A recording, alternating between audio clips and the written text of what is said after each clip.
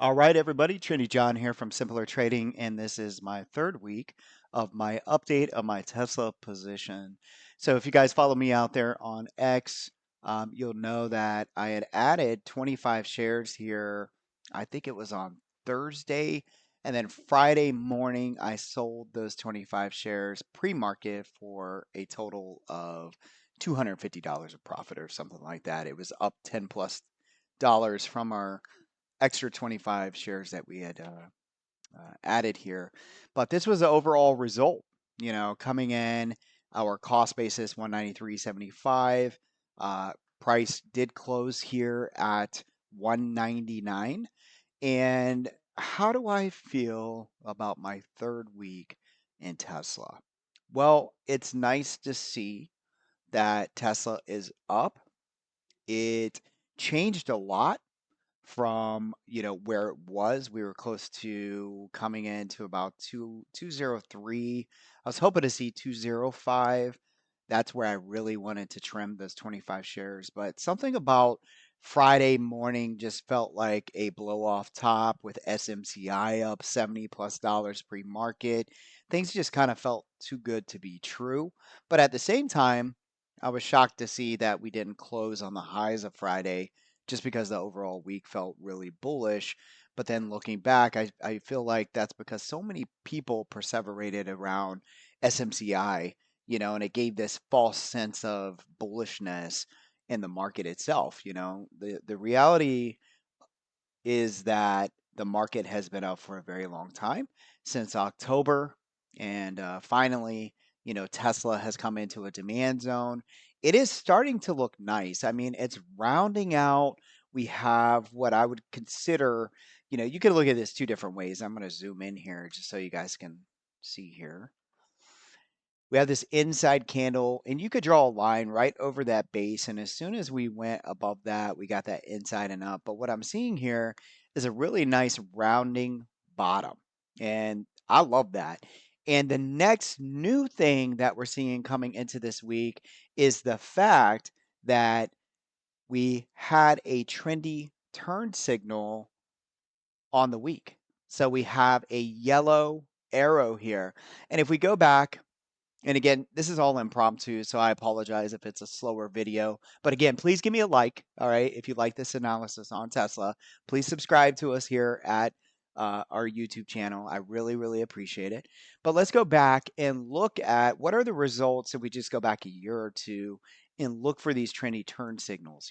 What happens when the yellow arrows come in? So the very first one that we see, we could see that price actually rises from there. Over here, we have a trendy turn signal. So this would be the third one that we're seeing, and you guys can see that price rises afterwards. So that's nice so far. But remember, past results are not indicative of future results. And here's the next one, and you could see we led to higher prices. Here's the next one, and you could see we led to higher prices. Man, things are starting to actually feel a little bit good about this trendy turn signal here. And then we get another one, and prices went higher. We get some more, prices went higher. Let's keep going back. What year are we in here? I'm really starting to get excited now. That's 2021. And anything back here? Up there we go. And of course, you could see prices are higher. Here's one back in, it looks like 2019. Yeah, 2019, nothing there. And then here, higher prices, sideways, higher prices, higher prices. Look, the probability suggests that maybe I'm lucky and we continue higher here.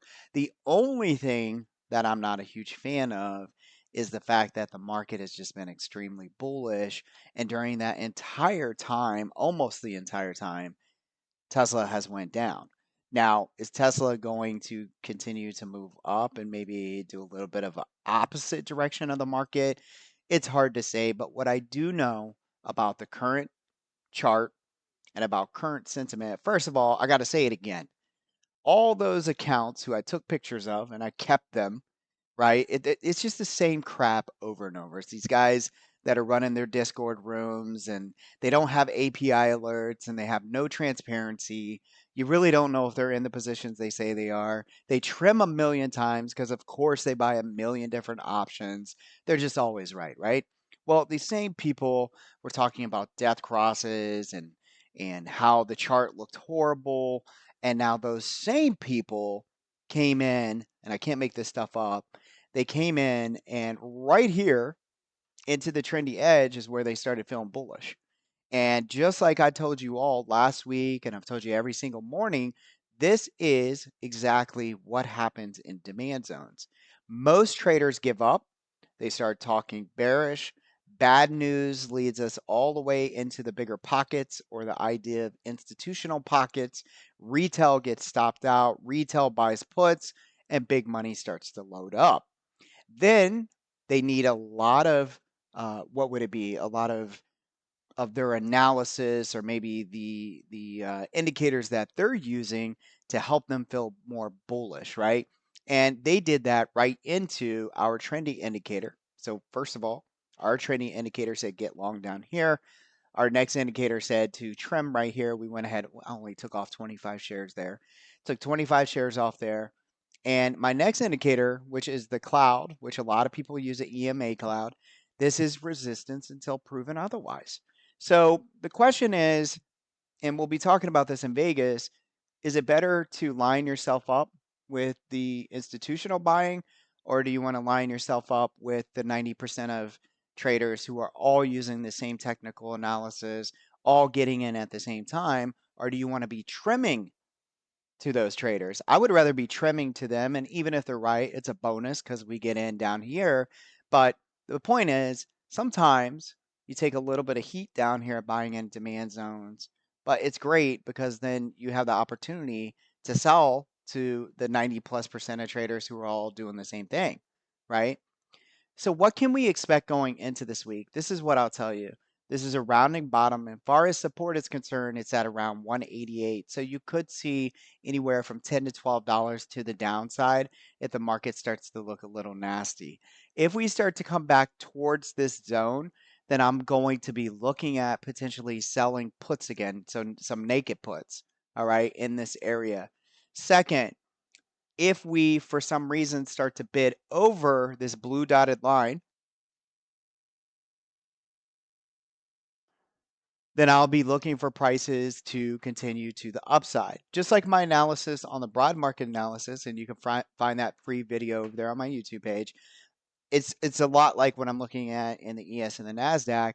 The question is, sure, we're making higher lows, but are we going to continue to make lower highs? And if that's the case, then I think that Tesla comes into a consolidation phase after this small run up. I don't see why they need to digest this small move. It would be different if Tesla does something like this, then I could see them basically flagging out inside this candle here. Okay, or sorry, inside the cloud there. Okay. If we can get up and over this 200, let's call it 201. If we can get up and over 201, then I'm pretty bullish. All right. If we could take out the high, then I am looking for my next target at 205.65 and then right up here towards the cloud. And please realize the cloud can move. So, but an estimate would be around 208. So 205 to 208 is what I would expect if we could take out the high, and then I would expect a little bit of a rejection there. Now, from a high time period, okay, and we talked about this last week, this is your supply zone.